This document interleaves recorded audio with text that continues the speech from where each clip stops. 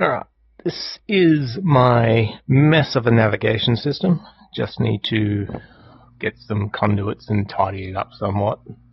It's crisscross due to the restrictions on how long the cables can each be, but and what modules can do. But essentially what it will do is this one is setting the lateral thrusters, the orthogonal thrusters, so that they will turn on if I'm ever 6 degrees out of alignment with the target. And this one is going to do the rotational thrusters, so that's the yaw and the pitch, if I'm ever more than 2.5 degrees out of alignment with the target. This one here is making it so that the dampeners will automatically turn on if I'm within 250 meters of the target. This one is going to turn off the auto navigation completely when I'm within 100 meters of the target.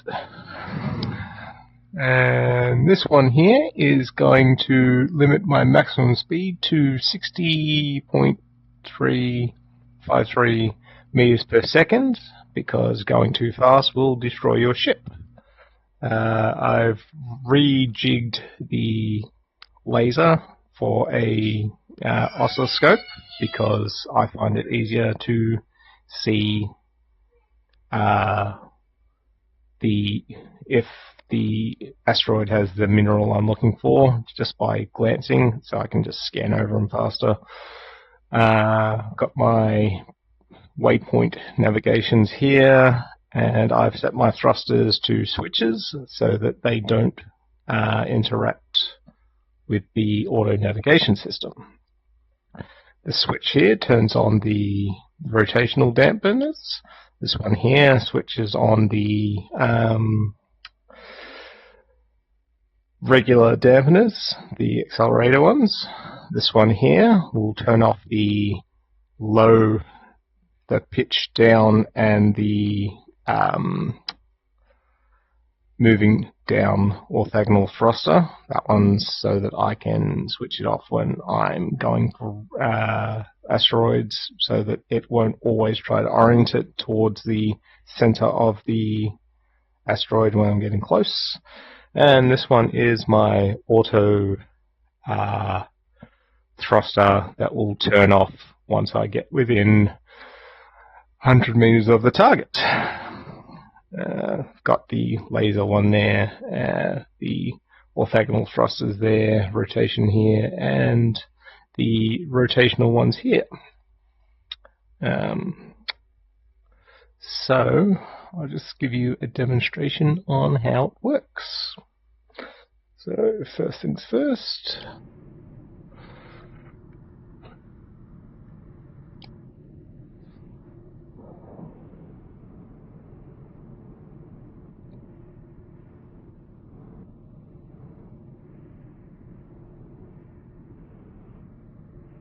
Now essentially what I'll do, just to save time, is I'll just find out what this relatively distant rock has in it.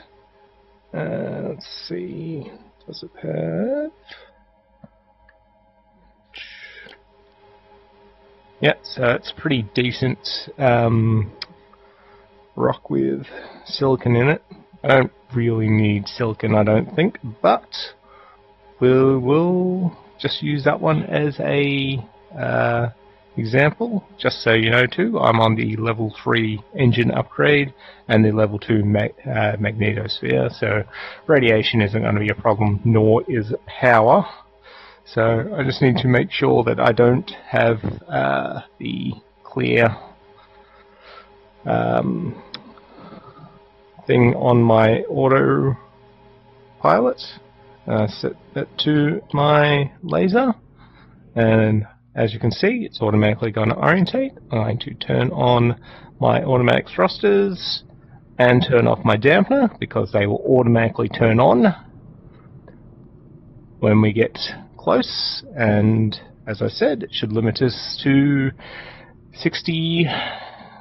There we go. So that's my speed limit. And now we're going to, because we're getting close, we're going to turn off the top one.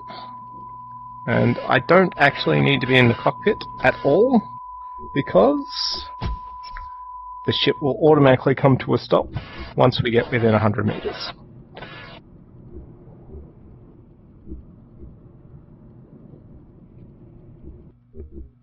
And as you can see, oriented straight to it, so I'm going to turn off that one, turn back on my dampeners, and we're going to use this one just to get close to the rock.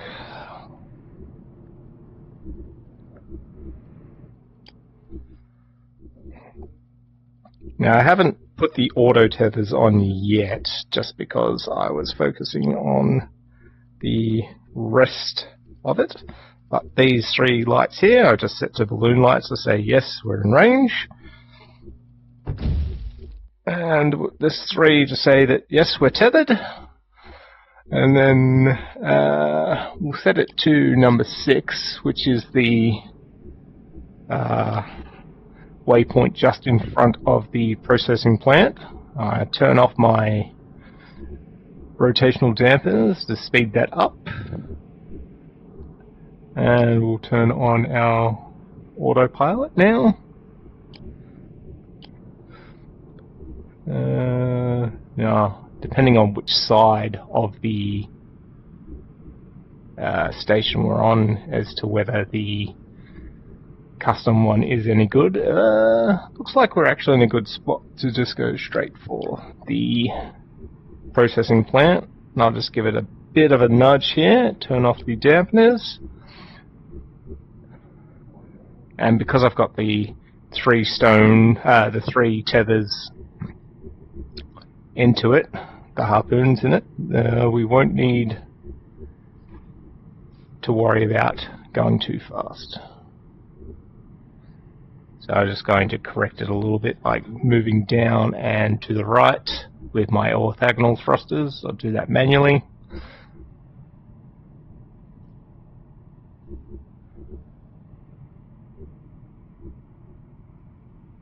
But the rest of the autopilot will keep me pointed in the correct direction. When you've got such a lot of mass with the asteroid though, you very rarely get up to full speed.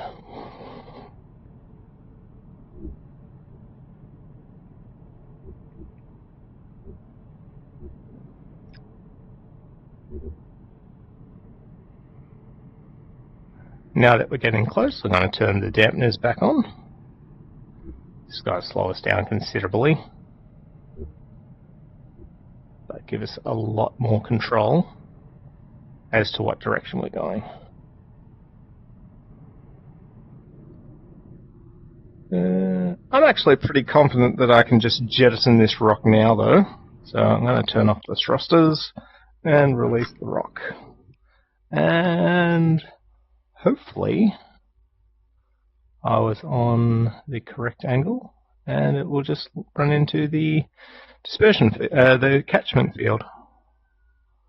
Oh, might have been a bit off. Pretty close though. See what happens.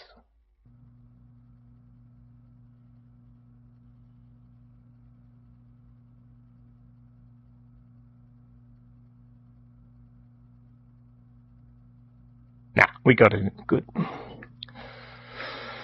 So that was silicon. While I get back going, I'll try and explain what this bunch of spaghetti wires is going to. So we've got the target lock here, so whatever we're locked onto, that's if we're below, above it, and if it's above us, if it's below us, that's where that went. If it's to our right, if it's to our left, and I've got them to a couple of splitters, but each of them is going to these scoped inequity boxes, which is the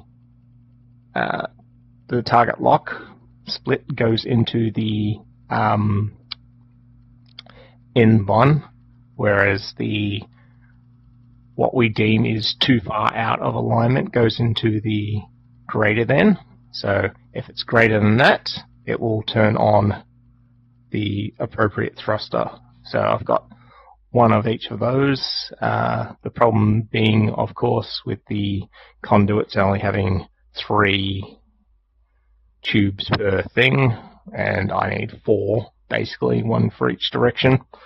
That's why it's such a mess. And as I said, the maximum length of each of the cables makes it difficult. So I did have it nice and ordered, and I built it up over time. But as I built it up, it became more and more messy. But and then I've got these binary ands, which is to say, if the target is greater than, and we're further than, then turn on this. And the same with the turn off. If it's if we're less than the distance, the target's less than our distance, then turn the dampeners on.